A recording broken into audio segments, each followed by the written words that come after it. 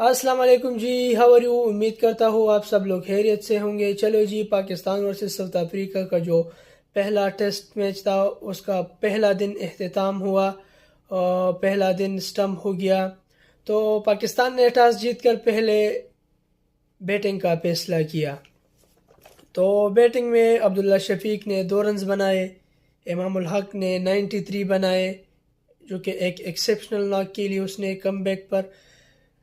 Shan Masood 76، Babar Azam again flop, again failed 23 runs and again the same story، left arm spinner پہ out ہوا۔